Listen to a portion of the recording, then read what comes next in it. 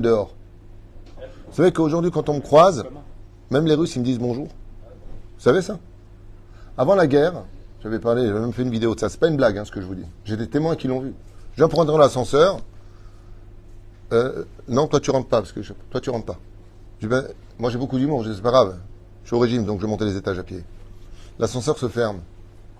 Ou pire encore, je rentre dans un ascenseur, je vous promets. Avant la guerre, les deux personnes qui étaient dedans me donnent le dos. Style, faut pas qu'on salisse nos yeux de voir un homme qui représente la Torah. Depuis que la guerre a commencé, Canes. Attends, moi j'ai un problème, je suis claustro, on est trop. Donc je leur dis non. Mais moi je me pose la question, Maëvdel, quelle différence y a-t-il entre cette haine démesurée qu'il y avait entre nous, à un tel point que j'avais même dit à mon avis Rabbi Asher Salfati, à l'époque je sais pas si tu te rappelles, mais moi s'il n'y avait pas la mitzvah de vivre en Israël, je me serais barré.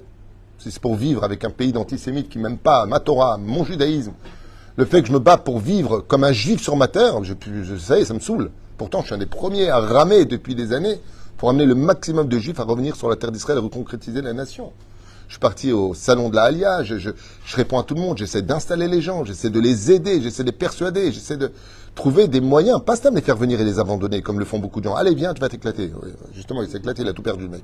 Non, de les amener avec une structure, quelque chose qui puisse les amener à, d'ailleurs c'est dans mon programme pour la mairie, d'obtenir au moins 30% du Bet Canada pour permettre à 30 à 40 familles de venir s'installer en Israël avec un tremplin, de savoir où aller sans payer des loyers exorbitants. Je me bats pour ça. Mais il faudrait être un petit peu plus éveillé pour comprendre. Oufren, pourquoi je vous dis ça? Bien parce que moi je suis assez choqué de voir que dans les demandes, bon, on nous a demandé des cigarettes, on a livré pour plus de 20 000 shekels de cigarettes, toujours avec des petits commentaires. Des fois, de certaines personnes, je ne comprends pas pourquoi vous leur achetez des cigarettes. Parce que, comme me l'ont dit des soldats, Rav Tutu, là, ce qu'il nous faut avec le stress, on a laissé nos enfants à la maison. On ne travaille pas. Je ne sais pas si vous êtes au courant, mais on ne travaille pas. Ma femme non plus ne peut pas travailler. Donc, la seule chose qui nous donne un peu de répit, c'est de fumer une cigarette entre nous. Même ça, vous allez nous le prendre? Donc, c'est ce que j'ai répondu à la personne. Je me fais une vidéo d'un soldat qui prend les cigarettes qu'on leur a données, parce que l'armée ne fournit pas de cigarettes, bien sûr. Et faut voir le mec comment il remercie. C'est pas ce qu'il y a de mieux d'offrir des cigarettes. Moi-même, j'ai arrêté de fumer. C'est interdit de fumer, si vous voulez le savoir. Mais bon, quand tu es depuis 12 jours sur un terrain en train d'attendre, de te mobiliser, tu vois pas ta famille. Cher Sapati n'a pas vu son fils une seule fois depuis. J'ai mon neveu qui est là-bas. On le voit pas. J'ai tous mes neveux d'ailleurs qui sont là-bas. On les voit pas. Hier, j'étais avec eux au téléphone, mais ma chambre, ils sont toujours là-bas. On les fait passer du nord au sud, du sud au nord. Ils passent leur temps à aller de droite à gauche, de gauche à droite. Même la cigarette, tu veux leur enlever. Alors on leur apporte. Mais qu'est-ce qu'on nous demande d'être filines? Et c'est extraordinaire, je ne sais pas si vous avez vu, mais les parkings à Tel Aviv, les parkings, c'est énorme les parkings ici, sont remplis de mitnadvim dans les maisons mitnadvim du volontariat de Haïfa jusqu'à Kiryat Shmona. De partout, il n'y a pas que Rav Tutu qui donne. Là encore à 11h, on a énormément de marchandises à emmener avec des commandes. Parce que faites très attention à ce que vous achetez pour deux raisons. Ne faites rien venir de France, ça ne sert à rien. À l'aéroport, il les renvoie. Si ce que vous envoyez n'est pas conforme aux mesures de sécurité, aux règles de sécurité d'Israël, ils ne les acceptent pas. Ce qui fait qu'il y a énormément de conteneurs qui sont repartis. Il y a ce qu'il faut en Israël. Ce qu'il faut, c'est de l'argent pour acheter. Et on arrive à négocier les prix avec du mezouman. Parce que, malheureusement, ils ont augmenté les prix. Là, j'avais commandé une tonne de choses à 75 shekels. La semaine prochaine, je les ai recommandées pour la semaine prochaine parce qu'on a des demandes de nos soldats. Ouais. Ah, mais c'est pas moi, c'est le fournisseur. Il a vu que ça se vendait bien. Oh. Aval, ça prouve qu'on est fèche. Les Juifs, c'est les seuls qui savent faire du business, même en temps de guerre. On est unique. Qu'est-ce que tu as, Baba? C'est qui parle? Je ne sais pas qui parle, donc je ne donne pas l'adresse. Nous, on a une notice de volontariat, on ne donne pas d'adresse. Si c'est une personne que je ne connais pas, je ne donne pas l'adresse, ni le lieu de là où ça se trouve. Ça s'appelle de la prudence. Toda.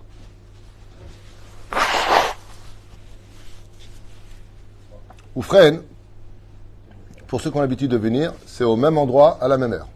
Comme ça, ce sera clair. Donc on a des tefilines qui sont demandés, le tikkun haklali qui est demandé, le sefer hamidot qu'on a livré, les tzitzit par milliers, on en a cherché dans tout le pays. Là, ils sont en train de les fabriquer, comme des fourmis. Tous les soldats, même sans kippa, même ceux qui ne sont pas Shomer Shabbat, ils veulent des tzitzit et ils se mettent à danser. Makara, moi je pose une question. Écoutez bien la question que je vais vous poser. Est-ce qu'un homme, il peut faire teshuva en un jour?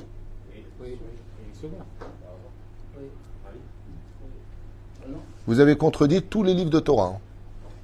Le Harizal, il dit qu'il faut même plusieurs Gilgulim. Et Kol Reshem Yashmid. Ad Arba Gilgulim. Je répète la question. Vous avez déjà vu, vous, des gens qui ont fait teshuva en un jour? Dans la Gemara, là-bas, c'est rapporté. Les femmes, et après même Tu viens de donner la réponse. Ben Gourgia, tu viens de donner la réponse. Il y en a eu un. Chazak ou Baruch.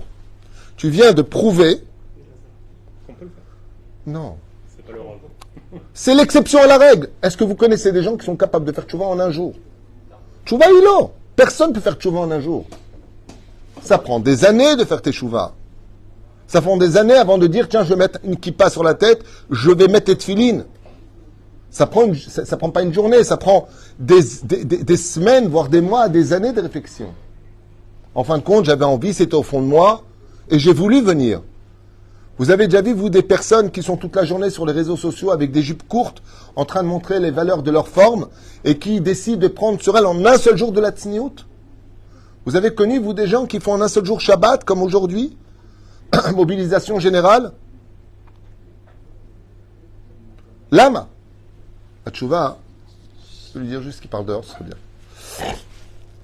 La tchouva est nifla. C'est ce qu'explique le Rav Kook, le Maharal de Prague. Tous nos livres, sans exception, tous vont dans la même direction. Tous vont dans la même direction. Quand vous achetez un fruit, on va prendre un des fruits que j'aime beaucoup, qui est rempli de douceur, l'orange. L'orange, d'abord c'est beau, une orange, personnellement.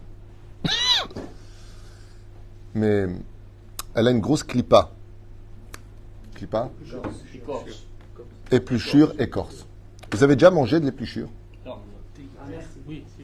Bon, bah, donc vous n'avez pas goûté. Allez manger ça. D'accord? Tunisien. Oui, mais dans le boulot, ça peut le faire. Bleed. Quand vous prenez une orange et que vous mangez l'épluchure de l'orange, elle est amère. Quelle bracha je fais dessus? Aucune. Pourquoi? Parce qu'on fait pas bracha sur quelque chose qui n'est pas consommable par la majeure partie des hommes. Aucun homme au monde mange de l'épluchure d'orange. Donc, comme personne, la grande majorité des humains ne mangent pas ce genre de choses, on ne peut pas faire bracha dessus. C'est comme quelqu'un me dit, moi j'aime boire de l'huile. Qu'est-ce que je fais comme bracha? Chez l'Oassane Tunisai. Maniasse. Atchouvaï, quand tu vois une orange, l'épluchure elle est amère. Mais une fois que tu enlèves l'épluchure, vous allez voir qu'il y a encore des choses à enlever. Des fils comme ça de blanc. Et ils ont un goût aussi bizarre. Ils ont un goût qui falsifie le vrai goût de l'orange. Mais une fois que tu les enlèves, comment elle est ton orange? Elle est sucrée, juteuse, elle est bonne. Et elle se divise en quartiers. La vraie nature du peuple d'Israël, c'est cette orange. Il suffit tout simplement qu'un seul couteau vienne éplucher l'orange, ou qu'avec tes doigts, tu commences à retirer cette épluchure pour qu'apparaisse d'un coup la vraie nature du peuple d'Israël. Et la question la réponse à la question que je te demandais, est-ce qu'on peut faire tchouva en un jour? Oui, la preuve en est. Ce que fait me répondre, bah, regardez ce qui se passe aujourd'hui. C'était ça la réponse. Ça veut dire qu'il faut enlever l'épluchure. Il faut recevoir sur nous les sirènes et nous rappeler qu'on est tous juifs, parce que eux, quand ils envoient des missiles, ils vont pas dire, ah non, lui il est kippa sruga, lui il est kippa shrora, lui il a pas de kippa, lui il fait shomer Shabbat, tu fais pas shomer Shabbat. T'es juif, tu crèves, Nikuda. Quand ils sont arrivés là-bas, ils n'ont pas tué des gens qui étaient shomer Shabbat, pas shomer Shabbat. Ils ont pris aussi des non-juifs avec eux. Mais tu étais avec les juifs, tu mérites de mourir.